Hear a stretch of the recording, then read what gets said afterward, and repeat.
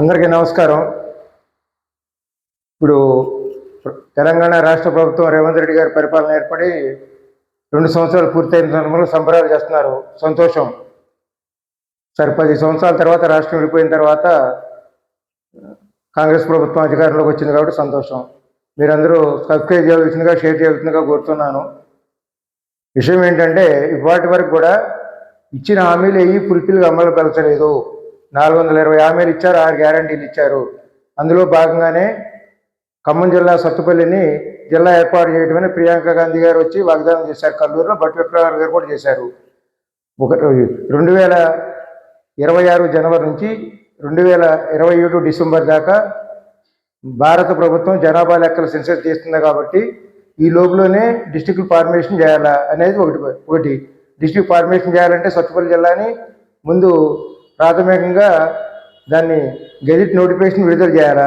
30 రోజుల్లో అభ్యంతరాలు తెలియపరిచిన తర్వాత దాని ఫైనల్ డిసిజన్ తీసుకోవాలా. ఇప్పటికి నెల కూడా టైం లేదు.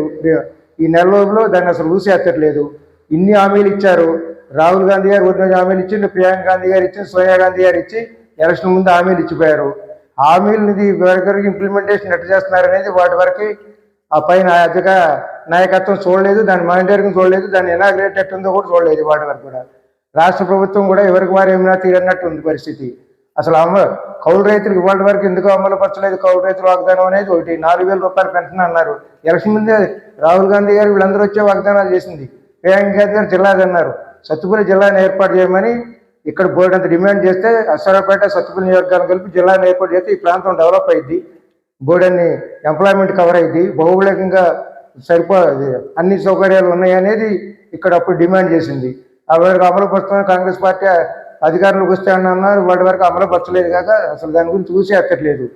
డ్రాఫ్ట్ నోటిఫికేషన్ ముసాయిదా తయారు చేసి 30 రోజుల లోపల ప్రజాభిప్రాయాన్ని తయారు చేసిన తర్వాత ఫైనల్ నోటిఫికేషన్ చేయాలి.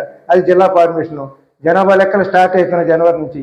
అంటే జిల్లా సత్తుపల్లి జిల్లా కలగానే మిగిలిపోయింది అనమాట. నాయకులు చేసే పనులకందరూ కూడా ఎవరికి వారు ఏమన్నా తీరన్నట్టు నాయకత్వ లక్షణాలు ఉన్నాయి, ఆ విధంగా ఉన్నాయి.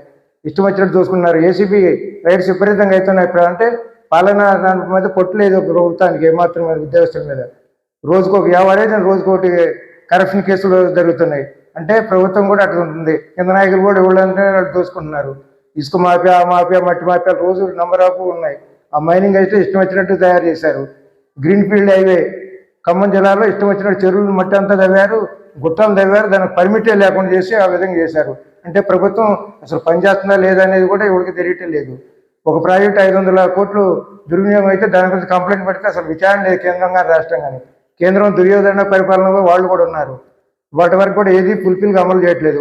పక్క రాష్ట్రం కూడా జిల్లా రాజధాని పేరుతో 50,000 ఎకరాలు ల్యాండ్ పూలింగ్ తీసుకున్నారు. అంటే ఈ ల్యాండ్ రాజధాని పేరుతో 1,000 ఎకరాలు, ఇతర ప్రాజెక్టుల పేరుతో 1,000 ఎకరాలు ఎక్కడెక్కడ చేసి దుర్వినియోగం చేస్తున్నారు తప్ప ప్రభుత్వ పాలన మీద ఇచ్చిన హామీలను నిలబెట్టుకోవడానికి ఏ ప్రభుత్వం కూడా చేయట్లా. కేంద్ర ప్రభుత్వం కూడా మొదట వాళ్ళు చేశారు. ఇతర దేశాలు కూడా సొమ్ముందు తీసుకొచ్చి అందరూ బస్సువాన్ని తీసుకొస్తానన్నారు. వాళ్ళ వరకు ఏమి చేయలే. నోట్ల రద్దు అయితే 1,00,000 కోట్లు వస్తాయి, అందరూ బస్తున్నారు. అది కూడా ఏం చేయలే.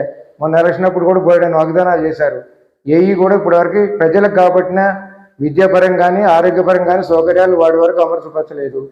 ఇంకోటి రెండవది, అసలు జబ్బులు ఎందుకు పెరుగుతున్నాయి అంటే కేవలం పురుగు మందులను, పెస్టిసైడ్స్, గుళికలు వేసిన వల్ల పెరుగుతున్నాయి. అన్ని రాష్ట్రాలు నిషేధించినాయి. ఇక్కడేమో ఇంకా ఎక్కువ వాడటం. భారతదేశంలో ఎక్కువ గుళికలను, పురుగు మందులు వినియోగించేది ఏంటంటే తెలంగాణ రాష్ట్రం ఉంది. ఇప్పుడు మందులు లేని రైతు పంటలు వేస్తే జనానికి ఆరోగ్యకరం చేయాలని కోరుకుంటూ ఇట్లా మీ బ్యూటిఫుల్ అండి.